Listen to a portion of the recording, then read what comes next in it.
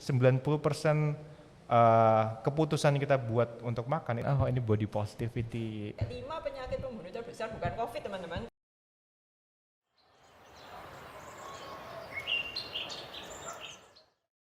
Welcome to White Space Thinkers, bersama saya Aldian Darwin. Kali ini saya ditemani oleh Arini. Bu Arini adalah COO yang kerjaannya adalah memberi kerjaan.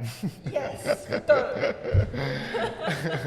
Kali ini kita akan membahas topik yang judulnya manusia dan makan, Bu Arini. Bu Arini tipe orang yang suka makan nggak sih, Bu? Karena aku tahu Bu Lia tuh tipe orangnya katanya nggak suka makan, Bu. Kalau Bu Arini? Kalau aku suka. Oh, suka? Suka. Katanya juga Bu Arini itu punya asam lambung. Iya, sayangnya.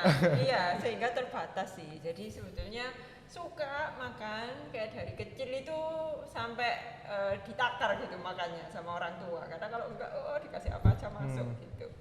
Terus sejak mulai sakit mah ya harus ngontrol sih, karena nggak boleh terlalu kenyang. Kalau terlalu kenyang itu gitu. juga bisa kumat tuh. Jadi kadang kan orang cuma mikir kalau sakit mah itu karena Telat makan. Padahal kekenyangan itu juga bisa menyebabkan kumat mahnya. Jadi intinya kunci supaya tidak sakit adalah porsi makannya kecil-kecil tapi sering. Oh gitu ya. Kalau untuk yang sakit mah. Itu karena apa ya, keturunan atau emang sebelumnya Bu Arini? Oke. Enggak, asalnya enggak. Asalnya sebelumnya kenapa? Jadi pertama kali sakit mah itu waktu SMA. Itu karena dulu suka ikut organisasi sih, ikut lomba macam-macam gitu, terus lupa kan, kayak udah ketemu teman-teman ini lupa makan siang, seringnya itu kayak habis pulang sekolah lanjut ini itu lupa makan siang, terus sakit mah. Iya, tapi Bu Arini pernah nggak ada kayak diet tertentu gitu? Mungkin aku nggak tahu, kayak Bu Arini mungkin pernah menghindari daging jadi, atau? Kalau aku itu berkutat cukup lama dengan jerawat. Nah, kayaknya itu kita gitu. Mirip ya sama. Dalam hal itu. Sama. Dan tapi teman-teman yang mengalami. Ini yang itu, Bu, dihindari karena prinsip kita itu, kayak katakanlah orang yang diet karena sesuatu, bukan karena alergi ya, emang karena prinsip aja, emang dia nggak mau makan itu aja. Itu ada nggak? Nggak ada. Jadi satu-satunya saya pernah membatasi makan adalah itu karena jerawat, kemudian ya memang dari produk gorengan waktu itu dikurangi. Sama. Gitu. Sama. Jadi iya, dulu aku pernah sempat menghindari makanan berminyak, makanan gorengan gitu, untuk berusaha supaya nggak berminyak gitu ya, supaya nggak jerawatan gitu. Tapi justru semakin aku menghindari makanan-makanan itu, semakin susah tau, kayak semakin susah, kayak ada dikit aja semakin kepengin gitu. Iya, semakin kepingin. Itu karena kita semakin kita menghindari, semakin kita craving akan makanan yang kita hindari itu. Dan itu banyak sekali terjadi di orang-orang yang diet gitu loh. Orang-orang yang diet itu tuh mereka menghindari makanan tertentu sampai semacam ketika mereka makan makanan itu akhirnya merasa bersalah. Kayak balas dendam gitu. Iya, kan? balas dendam. Pasti kebablas tapi kemudian guilt gitu. Iya, betul. Akhirnya merasa bersalah. Jadi hubungan kita sama makanan itu jadinya complicated gitu loh. Padahal sebenarnya makanan itu kan harusnya jadi suatu pleasure buat kita gitu ya, sesuatu yang kita nikmati gitu. Nah, di sini kenapa aku pengen bahas yang namanya mindful eating, Bu. Jadi kadang orang yang mindless eating itu jatuhnya dia makan terlalu banyak karena makannya dia tuh nggak mikir. Jadi fun fact, sebenarnya kita makan itu kan untuk memenuhi kebutuhan energi kita ya, supaya kita bisa bertahan hidup. Itu adalah alasan basic kita makan. Tapi dibalik itu 90% keputusan kita buat untuk makan itu sebenarnya bukan untuk memenuhi energi, tapi cuma karena kepengen aja. Nah, itu yang dinamakan bukan kebutuhan tapi keinginan. Betul. Itu yang dinamakan mindless eating. Jadi kita nggak mikir makanya. Kenapa kita makan melebihi dari kebutuhan kita? Apalagi sekarang. Yes. Objeknya promo, kupon ini itu gitu ya. bener Jadi banget. kayak semakin tergoda dengan Shopee Food lah, Grab lah, apa juga ya, promo-promo gitu ya. Tapi selain kayak Bu Arini memilih makanan yang nggak menimbulkan jerawat tadi, Bu Arini pernah nggak kayak memilih makanan berdasarkan brand? Memilih makanan berdasarkan brand. Jadi kan ada orang yang cuman mau makan dari brand ini, nggak mau beli makanan dari pasar, Bentar cuman ya. mau beli makanan dari supermarket karena ada brandnya gitu. Bu Ari termasuk orang kayak gitu nggak? Enggak sih, enggak termasuk kalau itu. Hmm. Tapi lebih ke arah gini, bagaimanapun brand itu kan ada satu brand pasti punya resep tertentu Yeah. gitu ya. Jadi kayak pada waktu saya minum susu misalnya, kan ada brand susu A, B, C gitu. Pada waktu pertama sih pasti tak cobai, terus ya yang saya merasa paling suka itu tak ulangi terus berikutnya. Oke. Gitu sih. Tapi not necessarily sejak awal kepengen merek ini gitu, terus Ya. atau fanatik di itu enggak sih. Tapi itu mempengaruhi nggak Bu? Tapi menurut saya, kayak kemarin kita kan juga baca-baca itu kan Pak, artikelnya bareng psikologi makan gitu ya. Iya, betul. Jadi ternyata memang sudah ada penelitian bahwa orang itu terpengaruh label gitu. Jadi kayak ada wine, sebetulnya harganya sama-sama wine murah, Oh ya ini. tapi yang satu dipasangin label mahal, yang satu memang label aslinya gitu ya. Pada waktu orang disuruh coba dua-duanya, mereka merit yang dipasangin label mahal itu lebih enak kayak gitu. Jadi kayak ya terpengaruh ya, tapi mungkin memang itu lebih untuk barang-barang yang tidak awam, kayak wah ini kan sesuatu yang kayak gitu. orang nggak awam ya kan, jarang sih. Iya, Apalagi iya. kalau di Indonesia ya, mungkin kalau di luar negeri lebih cukup banyak, tapi mereka terpengaruh gitu loh sama brandnya itu. Oh, kalau dari ini itu seharusnya lebih enak karena udah membayar lebih mahal. Jadi kayak punya ekspektasi, Betul. terlanjur punya ekspektasi seenak apa. Nah itu kalau terpenuhi bagus, kalau tidak terpenuhi itu bahaya kan. Tapi keren juga ya gimana otak kita itu bisa menipu lidah kita. Iya, bener. Kayak ketika kita mikir Bener. satu makan itu rasanya ini pasti enak karena harganya mahal, akhirnya makanan itu jadi beneran enak.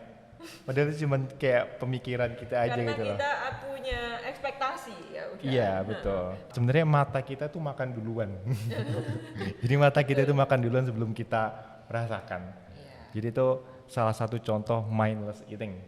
Jadi adalah ketika seseorang itu makan tanpa mikir, makan tanpa penuh kesadaran. Akhirnya dia makan lebih banyak, makan makanannya nggak sehat biasanya tuh. Kebanyakan makan makanan yang nggak sehat, akhirnya dia obesitas.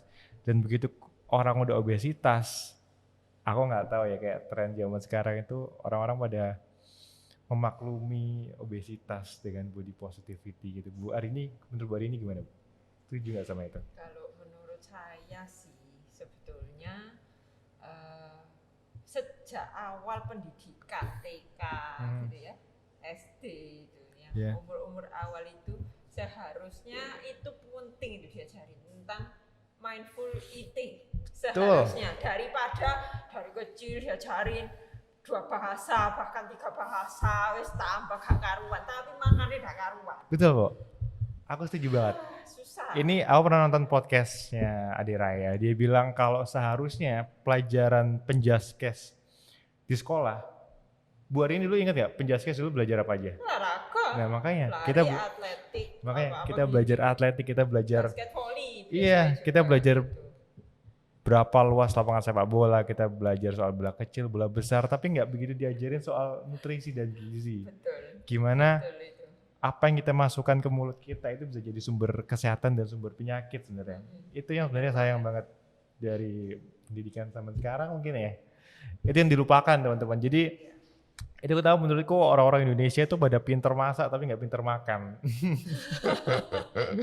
Karena makan pun perlu belajar gitu loh, nggak bisa kita ngasal. Sebetulnya makan tuh perlu Iya, belajar. nggak bisa kita asal makan asal yang kita mau, apa yang ada kita makan itu sama sekali nggak bisa. Kita benar-benar harus tahu kandungannya juga Bener gitu ya. banget. Bu Ari ini juga gitu nggak Bu? Kalau makan benar-benar merhatiin. Saya sih sebetulnya nggak sampai tahu ya kayak kandungan detailnya itu, tapi tadi titik balik saya mulai memperhatikan makanan itu sejak saya hidup sendiri kan di Australia waktu S2.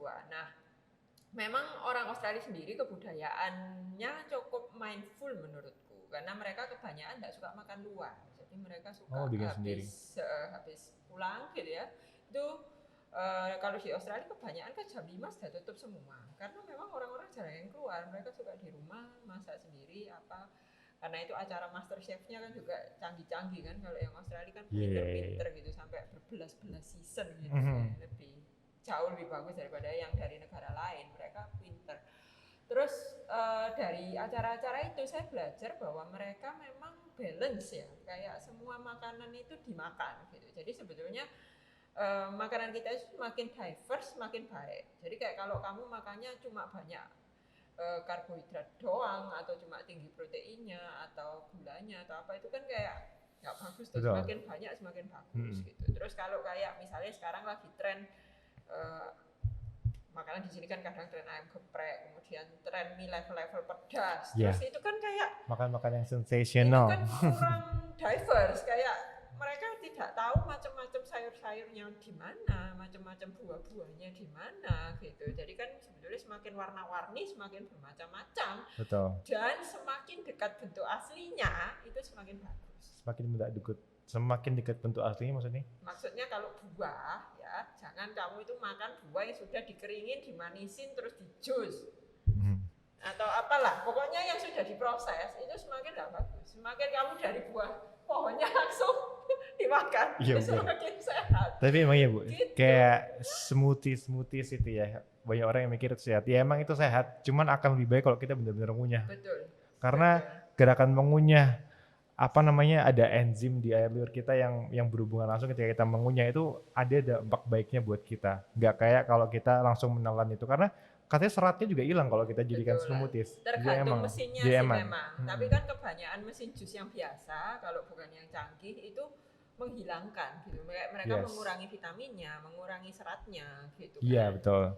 Iya itu contoh-contoh orang yang mindless eating yang ikut tren doang. Jadi kadang kita merasa oh keren dong, kan udah smoothies, udah brand ini gitu ya. Yes. Gitu. Padahal not necessarily itu lebih bagus daripada dari pohon dimakan. Gitu. Iya. Mindful itu bukan soal ini doang, bukan soal kandungan gizinya doang, tapi bahkan ketika kita makan, durasi kita makan, distraksi kita makan itu sebenarnya berpengaruh loh Bu. Kayak aku pernah tahu itu kalau kita makan kurang dari 20 menit itu kecenderungannya adalah kita akan makan lebih banyak. Oh. Iya, jadi maksudnya cepet-cepetan. Iya, jadi otak kita itu baru ngirim Jadi perut kita itu baru ngirim sinyal ke otak kalau kita itu udah kenyang setelah 20 menit. Jadi delay-nya itu 20 menit. Jadi ketika kita makan lebih cepat dari 20 menit, kita akan makan lebih cepat. Karena kita merasa belum kenyang. Betul. Pesan kenyangnya itu belum sampai. Betul. Tapi kalau makannya terlalu lama juga, makannya nggak habis. Aku punya temen yang dia tuh talkative banget orangnya, rame banget. Ketika kita lagi ngumpul dia mesti, aduh lapar, pengen makan, ngajak makan. Begitu udah makan, kita semua makan, dia ngomong kayak nggak ada habisnya. Akhirnya ngomongnya dia sama makannya dia itu kebanyakan ngomong, akhirnya nggak habis-habis. Jadi itu juga nggak mindful ya, karena dia ke distract kan, banyak ngomong aja daripada makannya. Akhirnya makannya nggak habis, akhirnya makanya dia lebih dari 20 menit, akhirnya otaknya udah mengirim sinyal kenyang duluan nih tadi itu. Akhirnya dia kenyang duluan, makanya nggak habis, akhirnya orangnya nggak gemuk-gemuk.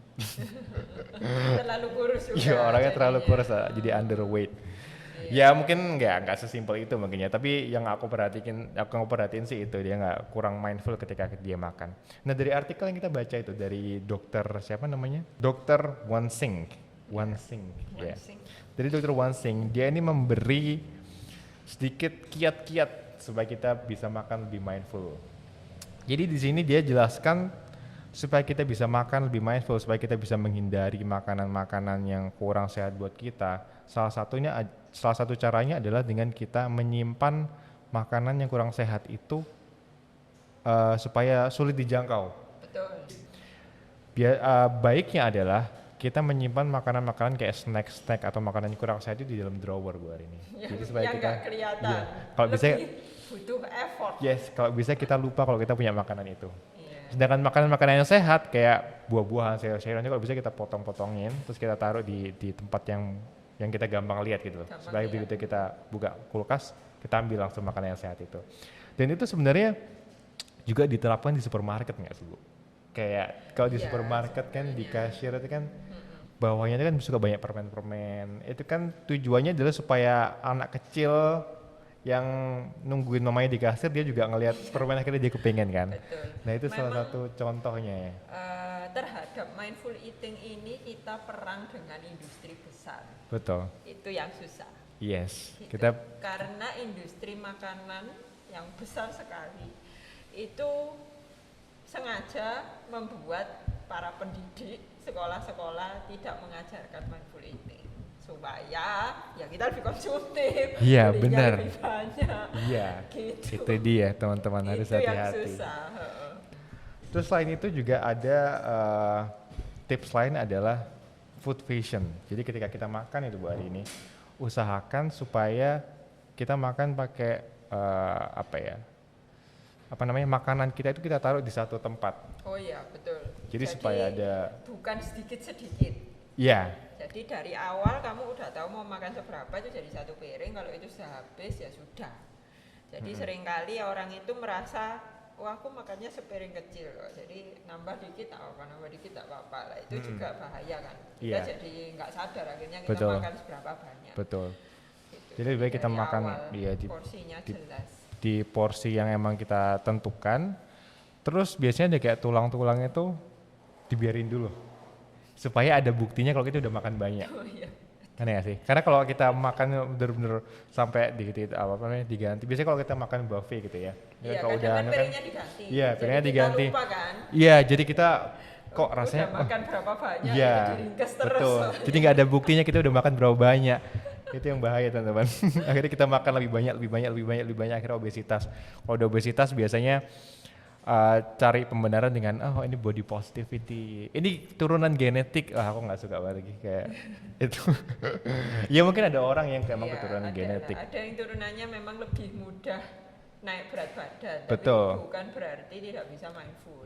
Harusnya kalau udah tahu punya kemungkinan semacam ini semakin dijaga lagi, bukan malah dimaklumi dan kayak oh iya aku punya. Sebetulnya yang dikhawatirkan itu adalah yang orang kadang nggak ngomong ya, kayak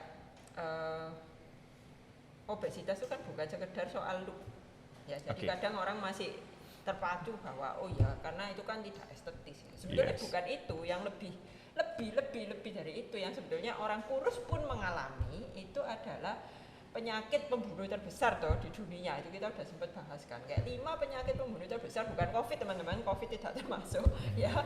Yang termasuk itu semua yang berkaitan dengan makanan. Betul. Ya, stroke, darah Betul. tinggi, kolesterol, diabetes gitu. Jadi kayak bener-bener itu sangat pembunuh sebetulnya ya. Kayak ya yang kita makan bisa menyehatkan kita tapi juga bisa membunuh kita. Itu yang Penyakit-penyakit penting sebetulnya. sindrom metabolik gitu ya biasanya. Biasanya disebabkan oleh 3 teman-teman, ada gula, garam, lemak. Itu yang paling berkontribusi dalam badan kita gitu ya untuk ada kemungkinan punya penyakit-penyakit itu. Sama kalau kita makan juga sebaiknya dicatat. Cuman aku tahu itu susah banget teman-teman. Tapi ya kita berusaha lah ya. Ada banyak kok aplikasi-aplikasi yang bisa membantu kita untuk itu. Jadi kita catat makanannya, terus nanti ada total kalorinya. Karena tiap orang kan kebutuhan kalori per harinya kan beda-beda, tergantung Betul, aktivitas, umur, berat tinggi badan. badan, berat badan juga. Gitu. Itu ada beberapa tips dari dokter Wansing ini supaya kita bisa makan lebih mindful gitu ya. Oke Bu Arini, kalau Bu Arini sendiri biasanya kalau mengkonsumsi sesuatu, Bu Arini perhatiin nutrition labelnya dulu nggak Bu? Baru mulai memperhatikan sejak di Australia sekolah sendiri dan belanja sendiri gitu. Iya, Sama aku tahu kebayang dari sih, acara ha-ha. TV juga. Acara TV? Sebelumnya enggak. Nggak pernah. Begitu hidup sendiri baru mulai menata kehidupan mulai sendiri menata. gitu ya. Biasanya apa aja yang Bu Arini perhatiin kalau lihat nutrition Nah, fact jadi label? yang utama memang elemen jahat yang penyakit pembunuh tadi yang Pak Aldian bilang, Gula, garam, lemak. lemak gitu. Nah, lemak itu memang tetap ditulis lemak biasanya di tabel nutrition fact. Kalau gula biasanya mereka nulis karbohidrat atau jenis gula yang lain ya. Ya, glucose, Ada sucrose itu glucose, gula iya, ya, betul. teman-teman. Kemudian kalau garam itu biasanya tidak ditulis garam tapi natrium, sodium itu. Nah, terus yang penting sebenarnya yang paling mudah adalah kita melihat takaran saji. Jadi biasanya di kemasan itu mereka menuliskan satu kemasan itu untuk serving size-nya isinya berapa takaran saji. Takaran saji itu akhirnya artinya dimakan dalam berapa kali makan gitu. Oke, Jadi, itu yang kadang tricky kita gitu ya. beli keripik gitu ya, besar dibuat nonton gitu, makan semua sampai habis. Tidak mindful. Itu berarti ya. tidak mindful dengan lihat. Nah, sebetulnya takaran sajinya apa satu kantong?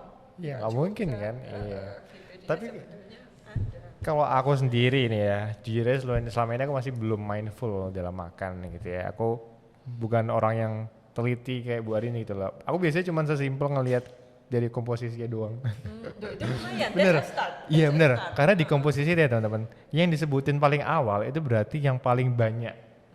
Dan biasanya kalau kita beli minuman atau beli apa, biasanya itu yang paling awal adalah air, gula. Gulanya tinggi. Apapun itu ya, kebanyakan itu mesti gula itu yang kedua. Berarti Jadi kadang biasanya kayak apa katakanlah makanan sehat yang dia apa namanya mempromosikan apa katakanlah almondnya, itu biasanya almondnya justru yang paling dikit. jadi kayak Sisanya. udah ngaku-ngaku susu Bener. sehat karena susu almond, Betul. tapi gulanya tinggi. Iya, almondnya sedikit. Biasanya itu kayak gitu teman-teman. Kalau kita baca komposisinya, yang pertama itu air, gula, terus baru yang lainnya, yang terakhir itu baru komponen yang mereka promosikan. Promosikan sebagai sehat. Iya. Gitu. Jadi aku jarang banget bacain nutrition label. Nanti mungkin Bu Arini bisa ajarin tahu nggak Bu, kayak gimana caranya membaca nutrisi? Karena aku udah Sebetulnya punya untuk nih. teman-teman yang kayak Pak Al yang udah baca komposisi itu tadi benar ya, kita lihat mana yang banyak gitu ya. Mereka kadang nulis berapa persen bahannya yang banyak. Terus yang penting juga adalah kamu harus tahu yang kamu makan tuh apa. Jadi kadang kan ada istilah kimia yang kamu nggak tahu itu Betul. apa kan. Ya seharusnya jangan dimakan. Masa kamu mau makan barang yang kamu tidak tahu gitu. Iya. Lagi-lagi be mindful teman-teman. Biasanya ada komposisi alergen itu yang dicetak lebih tebal, itu juga Cetak harus lebih tebal, diperhatikan gitu ya. alergen. Oke, kalau informasi nilai gizi ini gimana cara baca Bu Jadi Arini? tadi ya pertama paling gampang lihat dari takaran saji. Oke. Takaran saji dulu, kemudian tadi kan ada 3 elemen ya, lemak, gula, garam. Oke, sekarang kita kasih contoh misalnya lemak ini. Jadi snack ini bilang dia dalam takaran sajinya memang satu bungkus ini 20 gram. Ini juga isinya 20 gram. Kemudian dia lemaknya dalam satu bungkus ini itu 6 gram.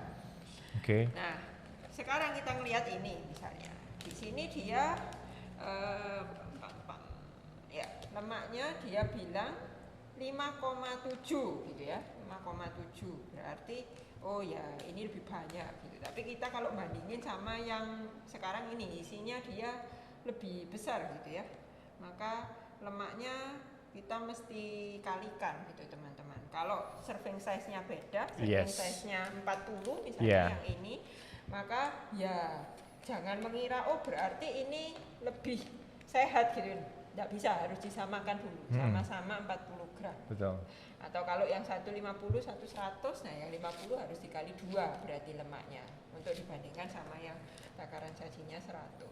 Betul, jadi bukan berarti kalau angkanya gede berarti dia lebih besar dari yang lainnya, berarti enggak ya? Jadi harus memperhatikan takaran sajinya disamakan dulu gramnya, baru kemudian kita bisa membandingkan mana yang lemaknya atau garamnya lebih tinggi atau lebih rendah. Kemudian di nutrition fact itu juga sering ada persen daily value atau persen AKG, itu dia mewakili makanan ini sudah memenuhi berapa persen kebutuhan kita hari ini gitu. Jadi misalnya dia bilang karbohidrat 9%. Nah, berarti ya ini mewakili kita 1/10 jatah karbohidrat kita hari ini. Oke, ini aku punya info teman-teman, ini dari Kemenkes ya, jadi ini valid. GGL, jadi untuk secara umum ya, seseorang itu mengkonsumsi gula itu maksimal tuh 50 gram per hari. Untuk garam itu maksimal 5 gram per hari. 5 gram itu berarti 1 sendok teh. Kalau gula itu 50 gram berarti 4 sendok makan. Kalau lemak itu maksimalnya satu orang itu mengkonsumsi 67 gram atau 5 sendok makan per hari. Ini yang mungkin banyak orang yang nggak tahu gitu ya. Kayak oke, kita tahu gula, garam, lemak kalau kebanyakan itu nggak baik, cuman ya kebanyakannya itu berapa kan nggak tahu juga. Ini bisa teman-teman cek di Kemenkes, cari aja gula, garam, lemak. Mungkin tiap orang kebutuhannya pasti berbeda-beda ya Bu Arini ya, tergantung usia, aktivitas, tinggi badan, berat badan dan lain-lain. begitu. Jadi mulai sekarang kita bisa mulai untuk lebih mindful lagi ketika kita mau makan, kita mulai cari tahu tentang gizinya, nutrisinya, apakah ini bagus buat kita, terus makannya juga sesuai dengan porsi yang kita butuhkan gitu ya, nggak cuma makan asal kepengen makan doang. Gitu ya Bu Arini. Dan jangan lupa sebetulnya kita kan lagi ada movement nih ya, movement Yes. kita yaitu bekal, menggalakkan bekal ya. Yes, Nah, ini betul. salah satu cara kita mengontrol apa yang kita makan ya. Betul. Jadi kita tidak terlalu tergoda dengan promo-promo di aplikasi itu tadi. Kemudian kita juga tahulah lebihan apa yang kita makan Betul. dibandingin Kita- ikut aja dengan apa yang lagi promo. Apalagi kalau kita beli di luar tuh aku yakin pasti lebih ribet buat tahu kandungan nutrisi. Kalau kita makan di makan Padang, gimana cara kita tahu ya? Makanya itu lebih baik kita bawa bekal. Aku tuh dari kecil tuh selalu bawa bekal Bu Arini. Dari SD sampai kerja pun aku mesti dibawain dari bekal. SD, bagus. Bu Arini dulu Kalau bawa saya bekal juga, terus. Iya. Aku dulu karena justru kalau dikasih uang saku itu nggak boleh buat beli makanan. Jadi biasanya orang kan kayak dikasih uang mainan saku. biasanya. Iya, uang saku kan orang kan dikasih uang saku harus beli buat beli makan gitu kan. Daripada beli mainan buang-buang duit. Kalau aku dari kecil tuh nggak boleh beli makanan karena ya kan kita nggak tahu itu makanan racun apa gimana. Mending buat beli mainan aja daripada duitnya buat beli racun terus kita keracunan ntar. Gitu teman-teman. Terima kasih Bu Arini sudah berbagi insight-nya soal mindful eating. Semoga teman-teman bisa mulai mindful eating mulai dari sekarang. Sampai jumpa di White Space minggu depan. Terima kasih sudah nonton. Bye bye.